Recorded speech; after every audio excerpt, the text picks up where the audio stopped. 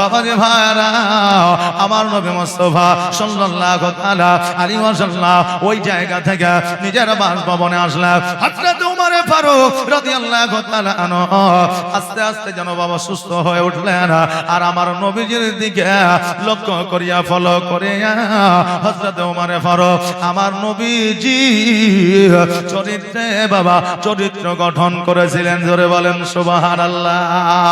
আজকে আমার নবীজির যে ব্যবহার ছিল, আজকে ওই নবীজির ব্যবহার সারা জগতের মানুষ খুশি হওয়া তো দূরের কথা, এমনকি আমার নবীজির নিজের স্ত্রী নিজের বিবিরাও পর্যন্ত খুশি ছিল। যে জিনিসটা এখন বর্তমানে 100 জন স্বামীর কাছে বাকি 70 জন নারী তারা প্রকাশ করে যে আমার স্বামীর কাছে আমি সুখী নাই। কেননা স্বামীর সব ব্যবহার বিবির ভালো লাগবে না, স্বামীর সব কথা বিবির ভালো লাগবে না, স্বামীর সব কাজ বিবির ভালো লাগবে না। সব কাজ যদি ভালো লাগে তবে বিবি যখন বিছানা পরিষ্কার করে চাদর বিছাইবে ওই সময় একবার বিছানায় উঠে দেখবে আপনার সব কাজ পছন্দ হয় কিনা। বাকি কাজ ছেড়ে দেন, এখন বিবি সুন্দর করে সকালবেলায় 11টার সময় ঘর মুছা চাদর বিছিয়ে দিয়েছে, আর ওই সময় বিছানায় উঠে যান, তারপরে আপনার সব কাজ পছন্দ হয় কিনা তারপর লক্ষ্য করেন। কথা বললেন না? বিবির সব কাজ স্বামীর পছন্দ হয় না, কিন্তু আমার নবীজি 63 বছর জিন্দেগি পৃথিবীর মধ্যে পার করেছিলেন, 63 বছর জগতের মধ্যে জীবন যাপন করেছিলেন। এই 63 বছরে একজন বিবিও বলে না যে আমার নবীজির অমুক কথাটা আমার পছন্দ হয় না। একবার জোরে বলেন সুবহানাল্লাহ। আজকে আমার নবীজির কথাবার্তা আর চেহারা, আমার নবীজির চলাফেরা খারাপ কেমন করে হইতে পারে যে আল্লাহ আমার নবীজির জন্য সমস্ত কিছু স্পেশাল ব্যবস্থা করেছেন, সব কিছু স্পেশাল ব্যবস্থা। আজকে আমাদের মা বোনদের সন্তান যখন জন্মগ্রহণ করে হইলে আতর করে, নইলে বাবা হাসপাতালে, নইলে আপনার এসি রুমে, নইলে বাবা সুন্দর ঘরে, কিন্তু ওই মা বোনেরা সন্তান যখন প্রসব করে প্রসব বেদনা জানতে পারে, বুঝতে পারে, প্রসব বেদনার কারণে অনেক মা বোনেরা ইহ জগৎ ছেড়ে পর জগৎ গমন করে। কিন্তু আমিনা রাদিয়াল্লাহু তাআলা আনহা উনি বলেছিলেন, শোনো গো, আমার সন্তান জগতের মধ্যে এসেছে, বেদনা কাকে বলে জানি না, যন্ত্রণা কাকে বলে জানি না, জানি না তো জানি না। আমার নবী জগতের মধ্যে এসেছে 570 খ্রিস্টাব্দে সোমবারের দিন শুভে সাদেকের সময়, আমি সেটাও জানতে পারি নাই। জোরে বলেন সুবহানাল্লাহ। আজকে আমাদের বাচ্চা জগতের মধ্যে আসিলে বাচ্চা যেন কান্না না করে, এই জন্য আমরা ঝুনঝুনি নিয়ে আসে, এই জন্য আমরা মোবাইলের ব্যবস্থা করে, এই জন্য বাচ্চাদের কার্টুন দেখায়া চুপ করায়া রাখে, বাচ্চাদের মাথার উপরে কত লাইটিং ফিট করে দিয়ে। কিন্তু আমার নবী যখন শুভে সাদেকের সময় জগতের মধ্যে আসিলে আসমানের তারাগুলা, আসমানের সূর্য যেন আমার নবীজির মাথার উপরে এসেছিল। জোরে বলেন সুবহানাল্লাহ। আবু জেহেল এইটাকে লক্ষ্য করে দেখেছিল। আমার নবীজিকে একটা সময় বলেছিল, ওগো নবী, বাচ্চা অবস্থায়, শৈশব অবস্থায় আকাশের তারা, আকাশের চাঁদ তোমার মাথার উপরে এসেছিল, কারণটা কি তুমি নিশ্চয়ই জানো। নবী আমার বলেছিল, চাচা গো, আজকে জগতের মধ্যে সন্তানেরা যখন ভূমিষ্ঠ হয় প্রত্যেকটা সন্তান কান্না করে, জানি না আজকে আমাদের বাচ্চারাও কান্না করে, তারা স্থান পরিবর্তন করে এই জন্য কান্না করে। আর জগতের মধ্যে কান্না করিলে তাদেরকে চুপানোর জন্য অনেক ব্যবস্থাপনা তাদের বাপ মা আত্মীয় স্বজনরা করে। কিন্তু চাচা, আমি যখন জগতের মধ্যে এসেছিলাম আমি যেন কান্না না করি, আমি যেন আনন্দে আনন্দিত হয়ে থাকে। এই জন্য আমার আল্লাহ তাবারাক তাআলা ওই চন্দ্রকে আর তারাগুলোকে আমাকে খুশি করার জন্য পাঠিয়েছিলেন। জোরে বলেন সুবহানাল্লাহ। চাচা গো, তবুও চন্দ্র সূর্য দেখিয়া, তবুও আকাশের নক্ষত্রগুলো দেখিয়া আমি নবী খুশি হই না। যদি সেই দিন আমি খুশি হয়ে যাইতাম, আমার উম্মতি পরিত্রাণ পাইতো না। এই জন্য আমি নবী সিজদায় রত হইয়া ইহা বলে উম্মতি উম্মতি বলে কেঁদেছিলাম। জোরে বলেন সুবহানাল্লাহ। বলার উদ্দেশ্য হলো এটা যে আমার নবীজির কেমন করে ব্যবহার, চরিত্র, কথাবার্তা আপনার মানুষের পছন্দ না হইতে পারে, কেননা আমার নবীর জন্য আমার আল্লাহ তাবারাক তাআলা সর্বদা সর্বক্ষণ স্পেশাল ব্যবস্থা করে রেখে দিয়েছিলেন। আমার নবী মুস্তাফার চরিত্র কেমন ছিল বিবির কাছে একবার দেখা। হযরত আয়েশা সিদ্দিকা রাদিয়াল্লাহু তাআলা আনহা প্লেটের মধ্যে বাবা খাবার নিতে যাবে, এমন অবস্থায় প্লেট খানা যেন বাবা জমিনে পড়ে আপনার ভেঙে গিয়েছিল। আর ওই আয়েশা সিদ্দিকা রাদিয়াল্লাহু তাআলা আনহা মাটির উপরে রুটি আর গোশত রাখিয়া যেন আপনার খাইতে যাবে। আমার নবী যে মিচকে হাসি দিয়া বলল, আয়েশা কাজটা কিন্তু ভালো হচ্ছে না। বলছে বাবা মিচকে হাসি দিয়া আমাদের মতো যদি মানুষ হইতো বিবির কান ধরে বলতাম এটা কি হচ্ছে, বলতাম না, বিবির কান ধরে বলতাম এটা কি হচ্ছে। আয়েশা সিদ্দিকা রাদিয়াল্লাহু তাআলা আনহা অনেক বর্ণনা করেছে আমার নবীজি যখন কথা বলতেন, আমার নবীজির কথার মধ্যে একটা না মিচকে হাসি ছিল। জোরে বলেন সুবহানাল্লাহ।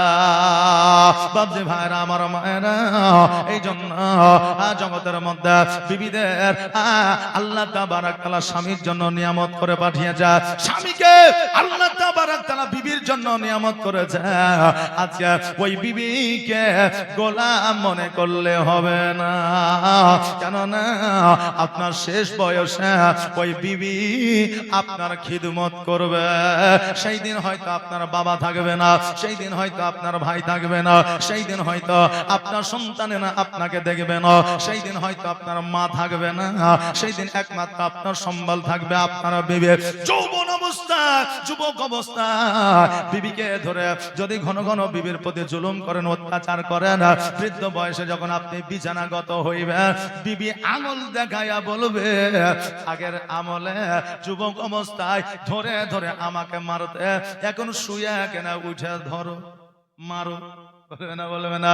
অনেক বিবি আছে বলবে রে বাবা, কেননা পৃথিবীর মধ্যে যেমন কর্ম করবেন তেমন ফল পাবে। ইংরেজি একটা প্রবাদ বাক্য আছে, টিট ফর ট্যাট, যেমন কর্ম তেমন ফল। আজকে মানুষের সঙ্গে যেমন আচার আচরণ ব্যবহার দেখাবেন, শেষ সময়ে তার প্রতিফল পাইবেন। জোরে বলেন সুবহানাল্লাহ। বাপজি ভাইরা, আমার মায়েরা, আজকে জগতের মধ্যে আমার নবী মুস্তাফা সাল্লাল্লাহু তাআলা আলাইহি ওয়াসাল্লাম বিবি লইয়া সংসার করেছে। জীবনে বিবি কষ্ট পাই না, বিবির দ্বারা স্বামী কষ্ট পাই না।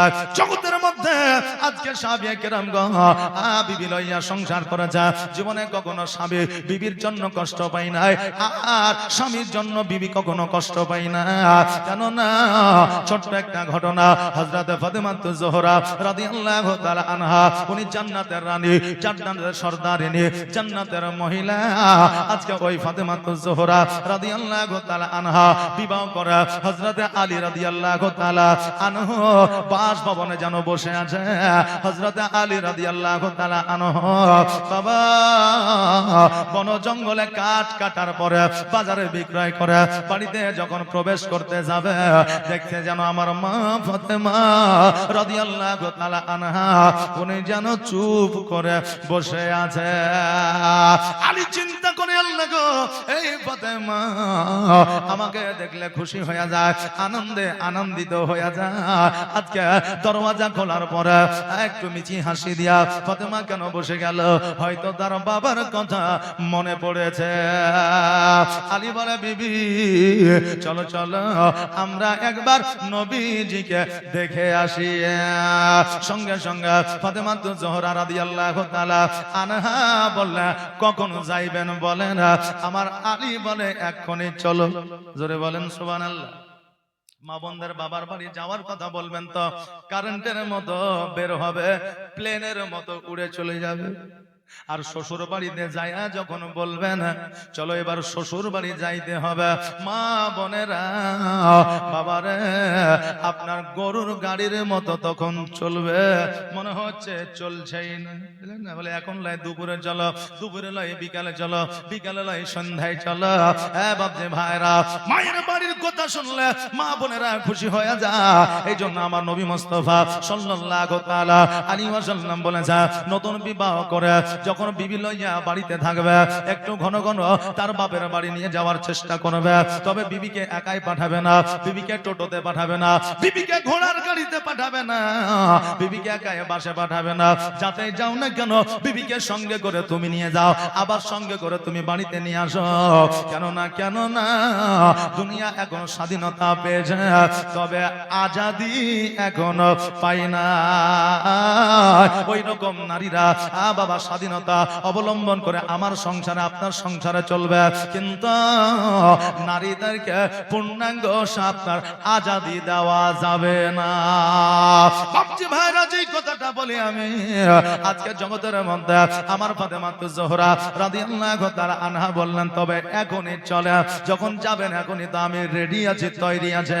আমার আলী রাদিয়াল্লাহু তাআলা আনহু বলে, বিবি রে আজকে তুমি যে পোশাকটা পরে আসো এই পোশাকটা কি তুমি পরিবর্তন করবে না?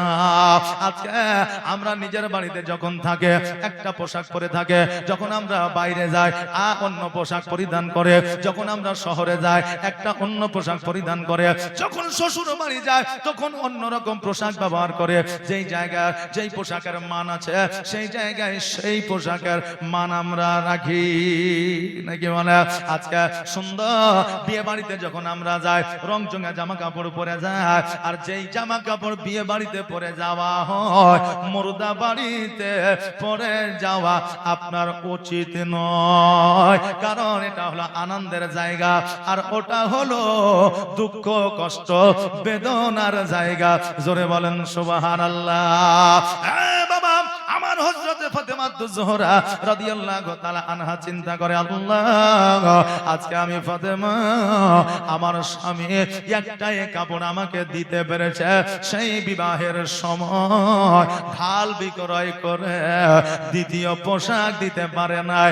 আজকে আমার স্বামীকে যদি আমি বলি, স্বামী গো আমার তো একটাই পোশাক, দ্বিতীয় পোশাক না, আমার স্বামী কষ্ট পেয়ে যাবে, ব্যথা বেদনা পেয়ে যাবে।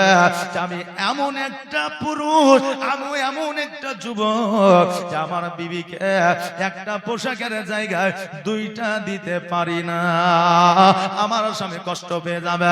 তাই এইভাবে বলা যাবে না। বাবারে হযরত ফাতেমাতুজ জোহরা রাদিয়াল্লাহু তাআলা আনহা উনি জান্নাতের রানী, জান্নাতের সর্দারিনী ছিলেন, জগতের সাধারণ মহিলার মতো বুদ্ধিবিদ্যা ছিল না। আমার ফাতেমাতুজ জোহরা রাদিয়াল্লাহু তাআলা আনহা বলে, স্বামী গো আমি এখন যে পোশাকটা পরে আছে এই পোশাকে কি ভালো লাগে না? আলী চিন্তা করে, আল্লাহ এখন আমার বিবিকে যদি বলে এই পোশাকে ভালো লাগে না, আমার বিবি কষ্ট পেয়ে যাবে, আমার ফাতেমা কষ্ট পেয়ে যাবে, হয়তো দুঃখ পেয়ে যাবে, হয়তো মনটা খারাপ করবে। এই জন্য আমার আলী রাদিয়াল্লাহু তাআলা আনহু বলছে, বিবি রে আজকে এই পোশাকটাই শুধু তোমাকে সুন্দরী নয়, মনে হয় জান্নাতি রানী দাঁড়ায়া আছে। জোরে বলেন সুবহানাল্লাহ। স্বামী কষ্ট দিল না বিবিকে, বিবি কষ্ট দিল না স্বামীকে, এটাই হলো স্বামীর সংসার। জোরে বলে সুবহানাল্লাহ। আর আজকে আমার মা বোনেরা আলমারি ভর্তি করে, শোকেস ভর্তি করে জামা কাপড় রেখে দিয়েছে। ঈদের সময় আর কুরবানির সময় যদি একটা নতুন শাড়ি না পাওয়া যায়, অনেক মা বোনেরা আছে স্বামীর সঙ্গে তারা রাগারাগি করে। মা আজকে তোমাদেরকে বলে দিয়ে যায়, আজকে তোমার স্বামী যদি পারে সারা পৃথিবীটা তোমাকে দিয়ে দেবে, কেননা আজকে তোমার স্বামী এত পরিশ্রম করে, তার শুধু নিজের জন্য নয়, আজকে একটা বেলা যদি একটা পুরুষ কাজ করে তার 5 দিন পকেট খরচা হয়ে যাবে, হবে না? 5 দিন পকেট খরচা হয়ে যাবে। কিন্তু না না, সারাদিন পরিশ্রম করে পেরেশানি হইয়া রাত্রিবেলায় শান্তি একটু আরাম করে আবার রাত্রি 3টায় উঠে চলে যায় কর্মে, প্রতিনিয়ত প্রতিদিন কাজ করে, শুধুমাত্র তোমার দিকে লক্ষ্য করে, শুধুমাত্র তোমার সন্তানাদের দিকে লক্ষ্য করে। আর আজ ওই স্বামীর প্রতি যদি কোনো কিছু পাওয়ার আশায় যদি তুমি জুলুম শুরু করে দাও, তুমি যতই ইবাদত বান্দেগি করো না কেন, যতই তুমি হজ করো না কেন, যতই দান খায়রাত করো না কেন, যতই পর্দা করো না কেন, আজকে আল্লাহ তাবারক তাআলার দরবারে ওই স্বামীকে ব্যথায় ব্যথিত করার কারণে কোনো ইবাদত কবুল হবে না। আজকে নারীদের মধ্যে 3টা ঐতিহ্য, 3টা গুণ যদি না থাকে, ওই নারী কখনো জান্নাতি হতে পারবে না। আপনি বলেন হুজুর কেমন করে বুঝলেন? কেননা আল্লাহ জান্নাতের মালিক, আল্লাহ জাহান্নামের মালিক, কিন্তু কিছু আলামত জগতের মধ্যে দিয়েছে। ওই আলামত দেখিয়া আলেম ওলামা বলতে পারে এই বান্দা জান্নাতি না জাহান্নামী। আল্লাহ জান্নাতি বানাইতে পারে, ওটা আল্লাহ পাক রব্বুল আলামিনের মহিমা। কিন্তু বাবারা 3টা গুণ যদি নারীর মধ্যে না থাকে, তবে ওই নারী জান্নাতি হতে পারবে না। 1 নম্বর গুণ হইল ওই নারীকে ইবাদত করতে হবে, নামাজ আদায় করতে হবে। 2য় নম্বর গুণ হইল ওই নারীকে পর্দা করতে হবে। 3য় নম্বর গুণ হইল স্বামীর খিদমত তাকে করতে হবে। এই 3টা গুণের মধ্যে একটা গুণ যদি ওই নারীর মধ্যে না থাকে, ওই নারীর ইবাদত আল্লাহর দরবারে কবুল হবে না। বাজে ভাইরা, আমার মায়েরা, আজকে পৃথিবীর মধ্যে আমরা সংসার করতে আছে, আমাদের সংসারের মধ্যে কত জ্বালা যন্ত্রণা ব্যথা বেদনা চলবে রে বাবা।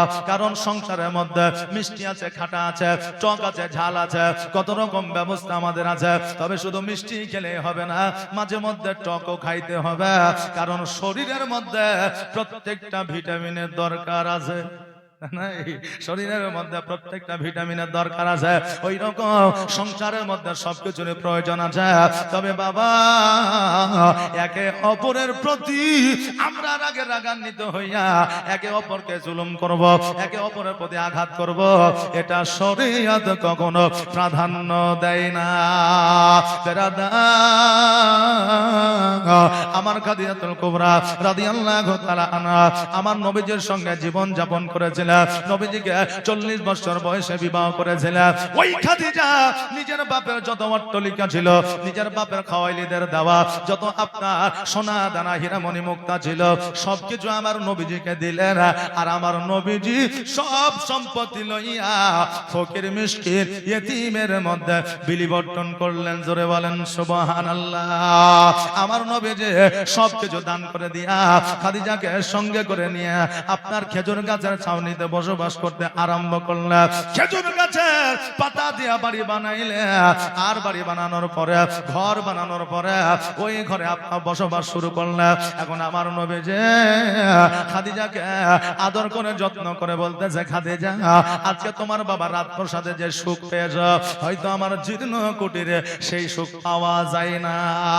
বিবি খাদিজা বলে, স্বামী গো, আজকে আমার বাবার অট্টালিকায় সুখ ও শান্তি আমি পেয়েছি, এটা ঠিকই, কিন্তু ইয়া রাসূলুল্লাহ, আপনার জীর্ণ কুটিরে যেই শান্তি আমি পাই, ওই রকম শান্তি আমার বাবার অট্টালিকায় পাওয়া যায়নি। একবার জোরে বলেন সুবহানাল্লাহ। হে বাবা, স্বামী স্ত্রীর মধ্যে যদি মহব্বত থাকে, গাছের তলাতেও বসবাস করা যায়। আর স্বামী আর স্ত্রীতে মহব্বত যদি না থাকে, 5 তলাতেও শান্তি পাওয়া যায় না। বাবা যে ভাইরা আমার, খাদিজাতুল কুবরা রাদিয়াল্লাহু তাআলা আনহা একজন বাদশাহিনী ছিলেন, একজন রানী ছিলেন। জিন্দেগিতে রান্না করে না, খাবারের অভাব হইতো না, পোশাকের অভাব হইতো না। পোশাক এত ছিল, কোন পোশাক কখন পরবে নিজেও জানতে পারতেন না। সব কিছু দান করে আমার নবীজির সঙ্গে জীর্ণ কুটিরে সংসার করতে আসা, রান্না করতে পারে না। আমার নবীজি খাদিজাকে বলে, খাদিজা এসো এসো, আমি নবী তোমাকে রান্না শিখাইয়া দেব। নবীজি উনুনে বাবা জাল দেয়, এখন গ্যাসের ব্যবস্থা, হিটারের ব্যবস্থা, ঘরের মধ্যে রান্না হয়। কিন্তু তখনকার ঘর ছিল আলাদা, তখনকার জায়গা ছিল আলাদা। আজকে থেকে 30 বছর আগে যদি আমরা লক্ষ্য করি, মানুষের ঘর ছিল আলাদা, বাথরুম ছিল আলাদা, রান্নাঘর ছিল আলাদা, গোসল করা জায়গা ছিল আলাদা, না ছিল না? আর এখন সব কিছু অ্যাটাচ হয়ে গেছে। ঘর থেকে বেরোলেই বাথরুম, ঘর থেকে বেরোলেই রান্নাঘর, ঘর থেকে বেরোলেই বাবা গোসলখানা।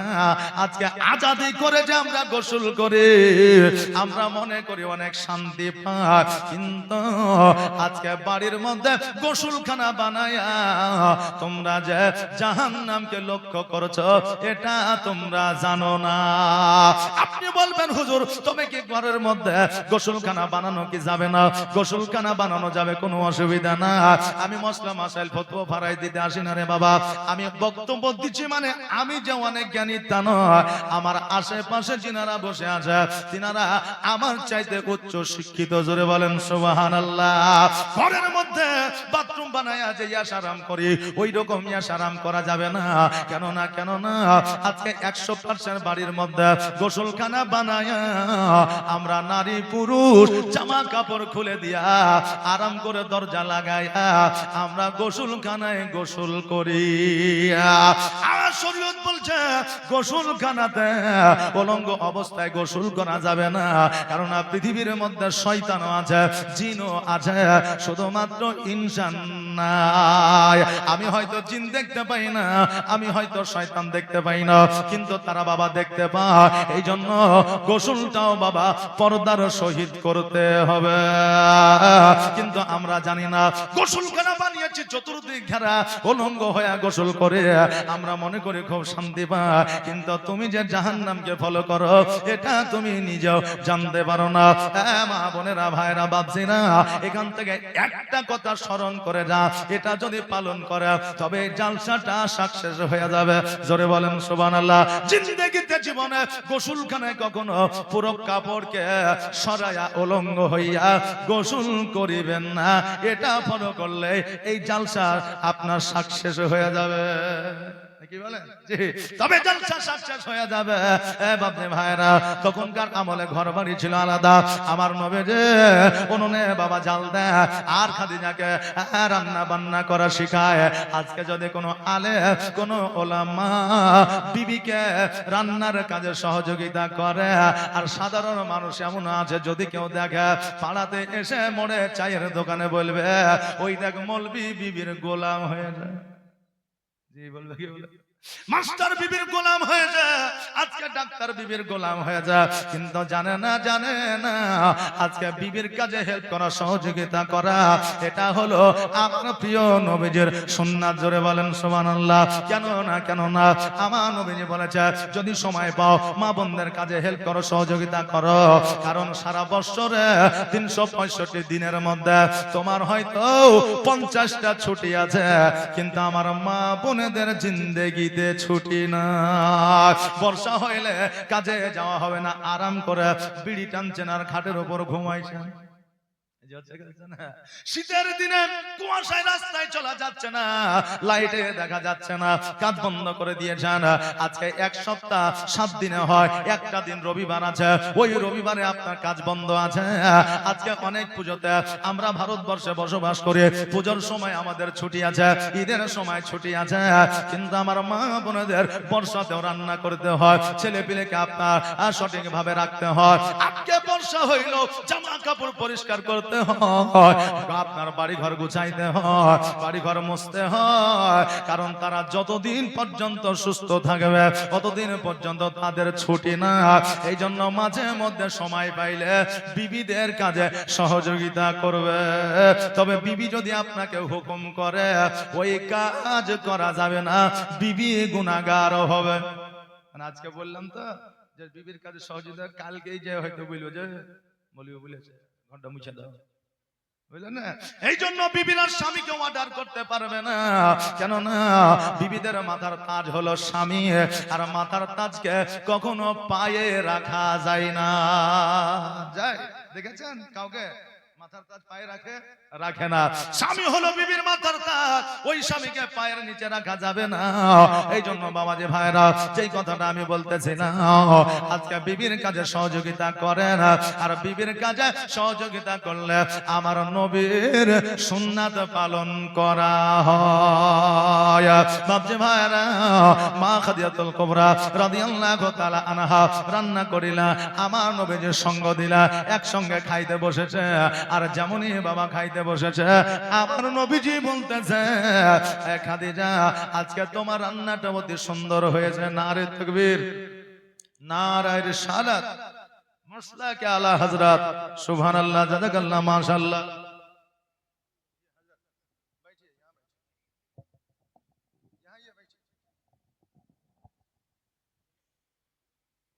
এখানে অ্যাটাচ করা আছে যে আমি বলছি দাঁড়িয়ে গাড়ি যখন হাজির হয়ে গেছে, আমার গাড়ি ছেড়ে দিয়ে বুঝলেন না, হ্যাঁ, দু এক মিনিট অসুবিধা নেই। সুবহানাল্লাহ। এই দেখেন আপনাদের কাছে বক্তা চলে এসেছে, আর দেখবেন স্ট্যান্ডে অনেক গাড়ি দাঁড়িয়ে থাকে, একজন দাঁড়িয়ে আছে, তার পেছনে আরেকজন দাঁড়িয়ে আছে, তার পেছনে আরেকজন দাঁড়িয়ে আছে। তো এর অতক্ষণ পর্যন্ত ও দাঁড়িয়ে থাকবে যতক্ষণ পর্যন্ত তার সময় না হবে, আর সময় হয়ে গেলে পেছন থেকে হুঁড়া দিবে, যা এবার আমি প্যাসেঞ্জার উঠাবো, বুঝলেন না। তো আমার সময় মোটামুটি শেষ, আমি বুঝে গিয়েছি, যেহেতু পরের গাড়ি আবার চলে এসছে। হ্যাঁ, সুবহানাল্লাহ। একবার মহব্বতে বলেন ইয়া রাসূলুল্লাহ, আর একবার বলেন ইয়া রাসূলুল্লাহ। সুবহানাল্লাহ, সুবহানাল্লাহ। তো এই দেখেন আমার নবীজি খাবার খাচ্ছেন আর বলছেন, খাদিজা আজকে তোমার রান্নাটা অতি সুন্দর হয়েছে। আমার খাদিজা বললেন, ইয়া রাসূলুল্লাহ, রান্নাটা